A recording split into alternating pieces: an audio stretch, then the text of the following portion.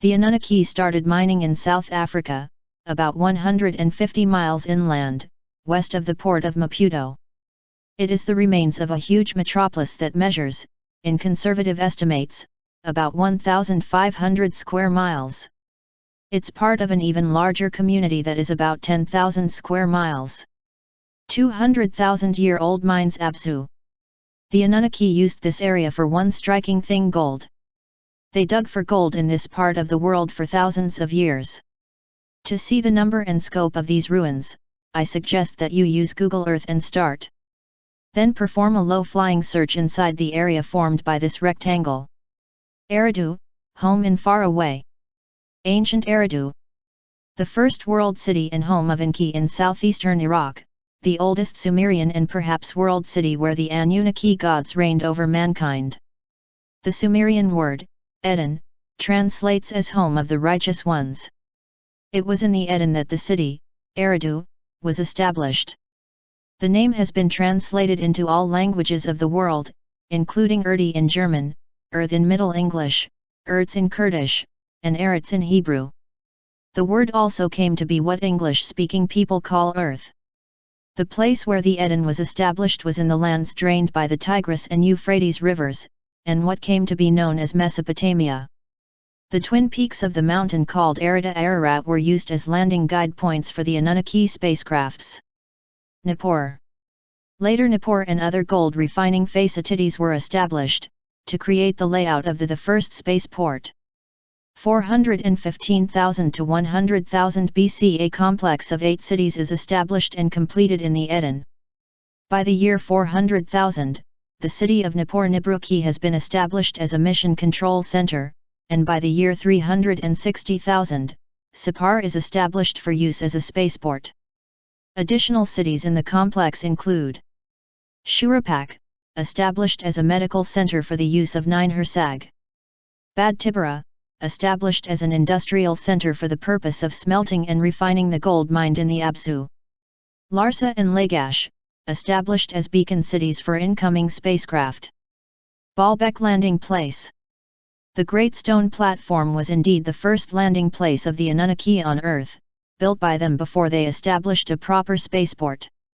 It was the only structure that had survived the flood, and was used by Enki and Enlil as the post-diluvial headquarters for the reconstruction of the devastated Earth.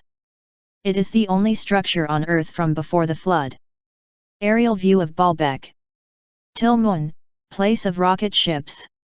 Tilmun, land of the rocket ships near the Dead Sea in the Sinai Peninsula, was used as a launch area, until it was destroyed along with Sodom and Gomorrah by the Anunnaki.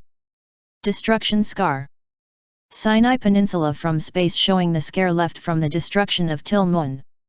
This is what Tilmun might have looked like. Temple Mount Israel. The platform in Jerusalem was built by the Anunnaki, after the deluge, the Great Flood, as their mission control center. It was established in this particular place because it was equidistant from the spaceport, Tylam, that was in the Sinai Peninsula, and from a landing platform, Baalbek, that existed from pre-diluvial times, and still exists, in Lebanon. And they developed it on a line that connected the mountains of Ararat with the Great Pyramids in Egypt. That is why mission control was established precisely at that spot. Below are the huge stones in the Rabbi Tunnel, which are part of the construction at the base of the platform. Great Pyramid. 10,500 to 7,000 BC. After the deluge, the Anunnaki create a new place of the chariots, the original site having been destroyed by the floodwaters. The new site will exist on the lands drained by the Nile River, and which, many centuries later, will be known as Egypt. Because the lands are flat and no natural features exist to be used as landing guide points, the Anunnaki create 2 peaks by constructing 4-sided, pyramid-shaped structures. They are designed by Ningish Zidathoth. The largest of the 2 structures is given the name of Ikar. Sphinx. 10,500 B.C. Thoth, the designer, to commemorate the building of the pyramids in the zodiacal age of the lion, builds a lion statue facing the constellation Leo, with his face on it. Due to precession of the Earth, today the Sphinx currently points to Taurus, the bull, every spring equinox. Jericho. 8500 BC. The Anunnaki establish outposts at the gateway to the space facilities. Jericho is one of them. Göbekli Tepe. Excavations began. A complex on this scale was not thought possible for a community so ancient. The massive sequence of stationification layers suggests several millennia of activity, perhaps reaching back to the Mesolithic. The oldest occupation layer, Stratum 3, contains monolithic pillars linked by coarsely built walls to form circular or oval structures. So far, 4 such buildings, with diameters between 10 and 30 m have been uncovered. Geophysical surveys indicate the existence of 16 additional structures. Stratum 2, dated to pre-Pottery Neolithic B, 7500–6000 BC, has revealed several adjacent rectangular rooms with floors of polished lime, reminiscent of Roman terrazzo floors. The most recent layer consists of sediment deposited as the result of agricultural activity. The monoliths are decorated with carved reliefs of animals and of abstract pictograms. The pictograms may represent commonly understood sacred symbols, as known from Neolithic cave paintings elsewhere. The carefully carved figurative reliefs depict lions, bulls, boars, foxes, gazelles, asses, snakes, and other reptiles, insects, arachnids, and birds, particularly vultures and waterfowl. At the time the shrine was constructed, the surrounding country was much lusher and capable of sustaining this variety of wildlife, possibly where the descendants of Noah lived. Uruk. 3800 BC. The soils, dries, plains and river valleys are resettled. Anu and his spouse Antu come to earth for an pageantful visit. A new city Uruk is built in his honor. He makes its temple the abode of his beloved granddaughter Inanna Ishtar.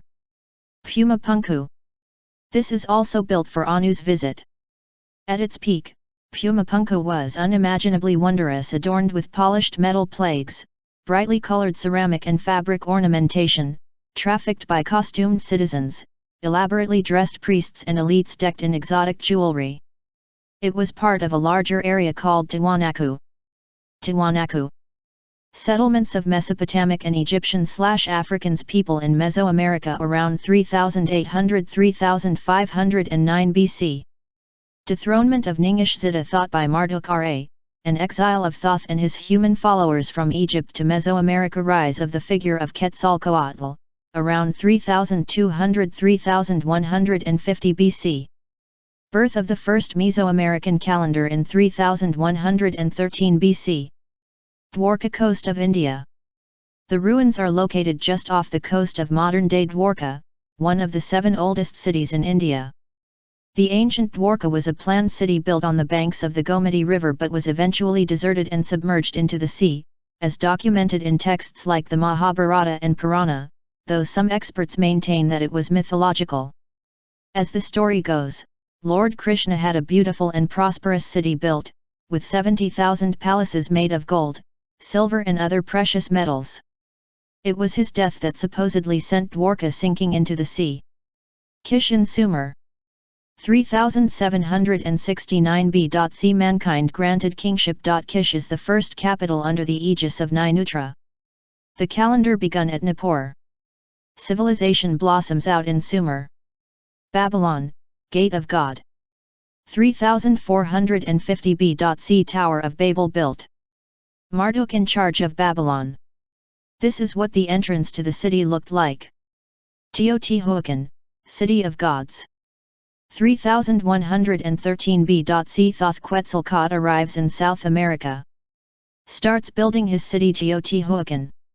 Memphis, Egypt. 3100 BC. Marduk declares himself Ra, Supreme God, in a new religion. After 350 years of chaos, the first pharaoh is appointed in Memphis. Indus Valley. 2900 BC. Inanna is given dominion over the Indus Valley. Harappa. The Vedic civilization ended well before 2000 BCE, with the ending of the Harappans following the Great Drought. The next question is, when did it actually begin? Agade, Akkad. 2371 BC. Inanna falls in love with Sargon. He establishes a new capital city. Agade Akkadian Empire begins.